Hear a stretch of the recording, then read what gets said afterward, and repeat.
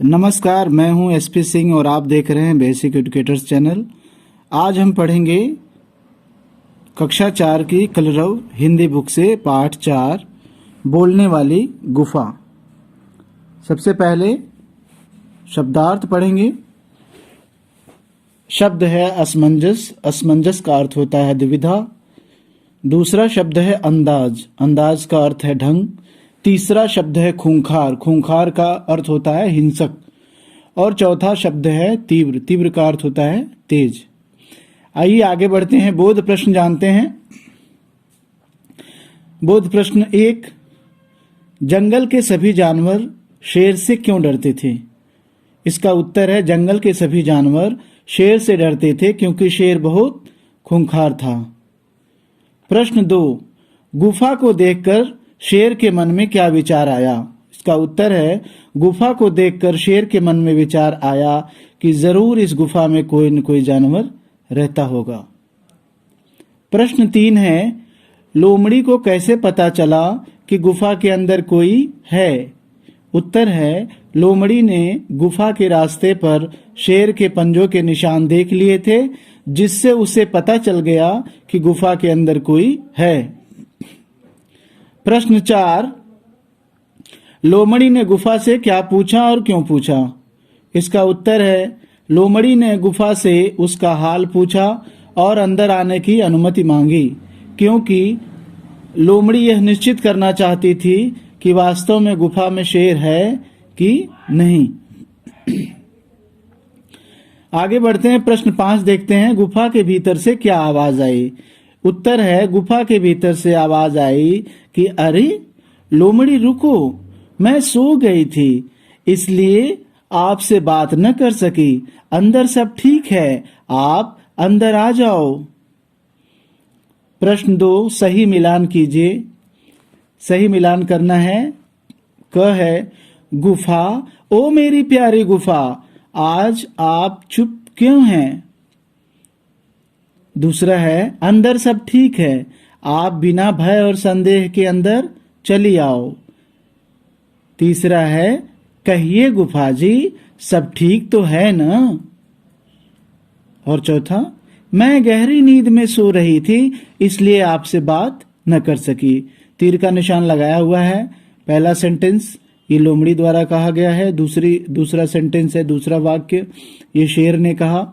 तीसरा वाक्य कहिए गुफा जी, ये लोमड़ी ने कहा। और चौथा वाक्य मैं गहरी नींद में सो रही थी, ये शेर ने कहा। आगे बढ़ते हैं। वाक्यों को कहानी के क्रम में लिखिए। अब ये कहानी के क्रम में लिखना है, पर कहानी के क्रम में वही लिख पाएगा जिसे कहानी याद हो।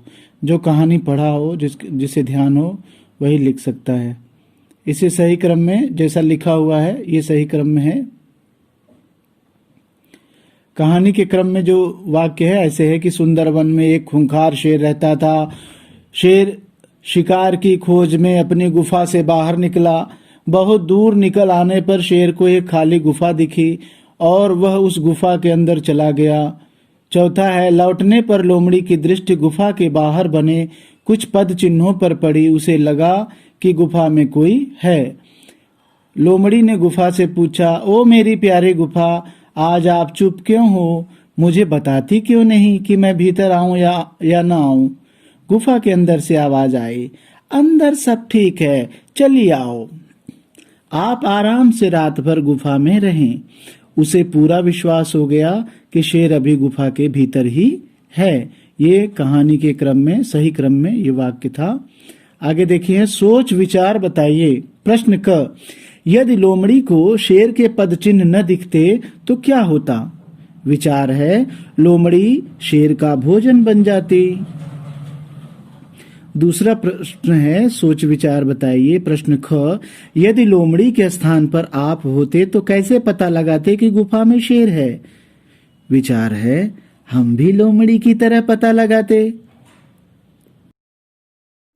प्रश्न 4, सोच विचार बताइए। प्रश्न ग, यदि शेर गुफा की ओर से लोमड़ी की बात का जवाब नहीं देता तो लोमड़ी शेर के बारे में पता करने के लिए और क्या क्या करती? विचार है, जंगली जानवरों से पूछताछ करती और छिपकर शेर के बाहर निकलने का इंतजार करती। भाषा के रंग। समानार्थी शब्द भाषा के रंग। शब्द है मुंह, मुंह का मतलब होता है मुख। वन का पर्यायवाची है जंगल। धरती का पर्यायवाची है पृथ्वी। चंद्रमा का पर्यायवाची है चांद। अंदर का पर्यायवाची है भीतर। और तलाश का पर्यायवाची है खोज। आगे बढ़ते हैं। भाषा के रंग प्रश्न ख। पाठ में आए हुए अनुस्वार और अनुनासिक शब्दों को छांटकर लिखिए। अनुस्वार शब्द है जंगल, सुंदरवन, अंदर, चंद्रमा। और अनुनासिक शब्द है मुंह, खूंखार, अंधेरा, आऊंगी। ये अनुनासिक शब्द है। आगे बढ़ते हैं। भाषा के रंग प्रश्न ग। विशेषण शब्दों को रेखांकित कीजिए। विशेषण शब्द ऐसे होते हैं जो किसी की विशेषता बतलाते हैं, स्पेशलिटी बताते हैं। जैसे एक वन में खूंखार शेर रहता था। शेर कैसा था?